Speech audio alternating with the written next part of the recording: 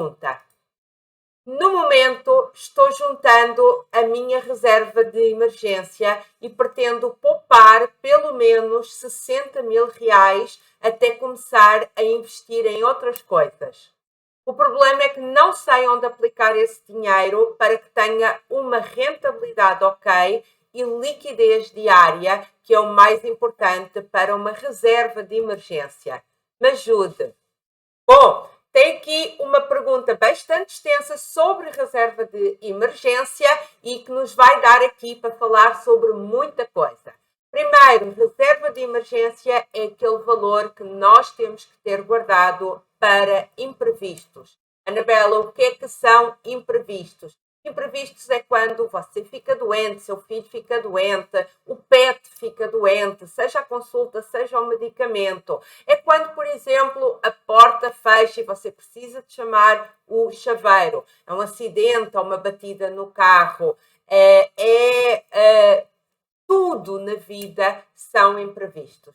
Eu costumo dizer que há uma coisa que eu tenho a certeza é que os imprevistos financeiros vão aparecer e você vai encará-los com muito mais tranquilidade se tiver uma reserva de emergência. Quem não tem uma reserva de emergência está a um pequeno passo de virar um endividado, pois se os imprevistos vão aparecer e você não tiver ali uma quantia de dinheiro guardada, então você vai ter de recorrer a financiamentos ou a crédito para poder enfrentar esses imprevistos. Bom, e qual é o valor da reserva de emergência? O recomendado é que seja 6 meses das suas despesas essenciais. Despesas essenciais que são a comida, a sua habitação, tudo que lhe dá o conforto e a segurança mínimo para você se manter em caso de desemprego. Quando nós utilizamos esta métrica de 6 meses de despesas essenciais para você e a sua família se manterem em caso de desemprego, as pessoas associam logo que a reserva de emergência é só para o desemprego. Mas não é. Eu já dei esses exemplos do dia a dia em que realmente você pode precisar da reserva de emergência. Tem muitos vídeos no nosso canal do YouTube, em que eu ensino a fazer reserva de emergência e eu ensino onde é que você deve investir e também os principais erros. Dá uma vista aí nesses vídeos da reserva de emergência se você tem alguma dúvida. E aqui, voltando aqui à pergunta, eu pretendo poupar pelo menos 60 mil reais até começar a investir em outras coisas. É uma metodologia recomendada que primeiro você faça a reserva de emergência e depois comece a investir.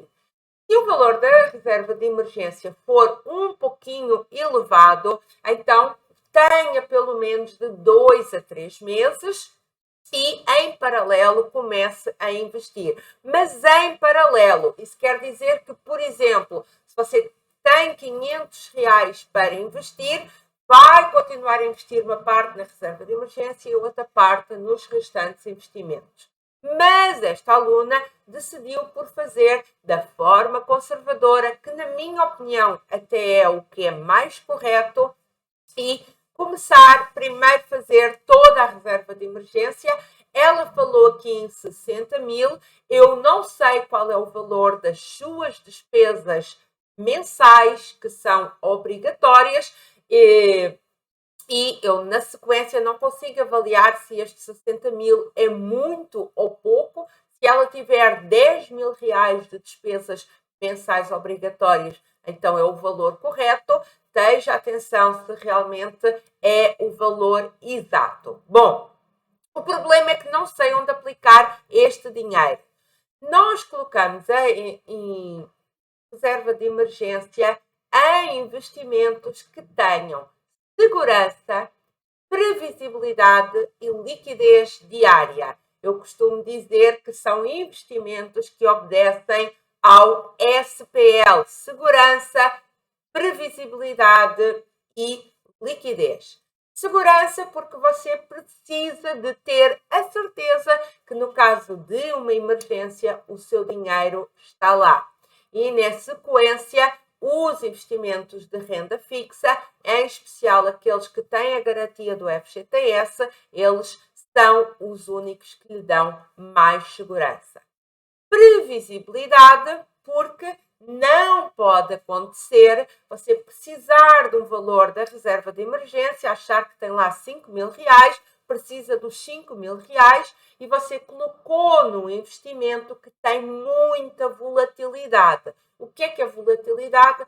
Que um dia o preço pode valer, imagine, 100 reais e no outro dia ou um tempo depois valer 50 e depois valer 150. Ou seja, você precisa de ter previsibilidade. Se você colocou lá os 5.000, precisa de ter a certeza que no mínimo vai ter lá os 5.000.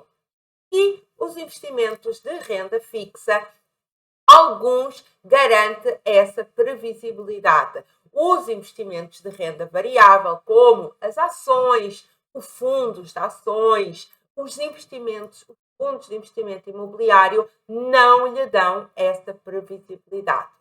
E, finalmente, liquidez diária, porque uma emergência normalmente, como o próprio nome diz, vem com uma emergência e nós precisamos de velocidade para transformar o nosso investimento em dinheiro na nossa conta para pagar o que for necessário. E aí já não servem todos os investimentos de renda fixa, já só servem alguns. Então, resumindo, quais são os melhores investimentos para você colocar a sua reserva de emergência? São Tesouro Selic. Não é Tesouro IPCA, não é Tesouro Pré, é o Tesouro Selic, que vai corrigir todos os dias pelo CDI e todos os dias ele vai aumentar um pouquinho. E quando a Selic, como agora, está pagando muito, ele paga mais. E quando a Selic pagar menos, ele vai pagar menos. Outro investimento bom para a sua reserva de emergência é um CDB de liquidez diária. É um CDB que também é corrigido, ou seja, paga todos os dias, mas tem que ter liquidez diária. Existe a maioria dos CDBs, tem uma data de vencimento e alguns, quando diz lá liquidez na data de vencimento, você só pode sacar na data de vencimento. Então, você não pode ficar lá com o dinheiro preso para uma reserva de emergência. Então, tem CDB de liquidez diária tanto no banco como das corretoras, ok? E, finalmente, o outro é fundo DI sem taxa. Que existem nas corretoras um fundo DI sem taxa em que o próprio gestor ele vai comprar títulos de renda fixa e que tem liquidez diária. Fundo de renda fixa com liquidez diária sem taxa. Okay? E também tem ali todas as garantias, ele tem seguro, ele tem previsibilidade e ele tem também liquidez diária. Eu, pessoalmente, tenho a minha reserva de emergência um pouquinho espalhado por esses três. Eu tenho um CDB de liquidez diária no meu bancão, que tem resgate 365 dias do ano, a qualquer hora, ou seja, se eu num sábado à meia-noite precisar de fazer o resgate, o dinheiro entra na conta no momento e eu tenho acesso à minha conta pelo cartão.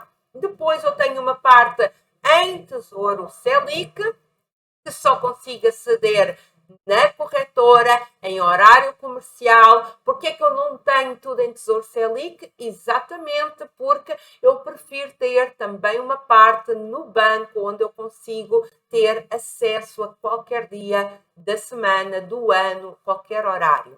E depois também tenho uma pequena parte num fundo DI, também da corretora, também que só tenho acesso no horário comercial, nos horários que as corretoras funcionam. E Utilizando estes três, eu estou confortável porque tenho pelo menos uma parte do dinheiro acessível 365 dias do ano.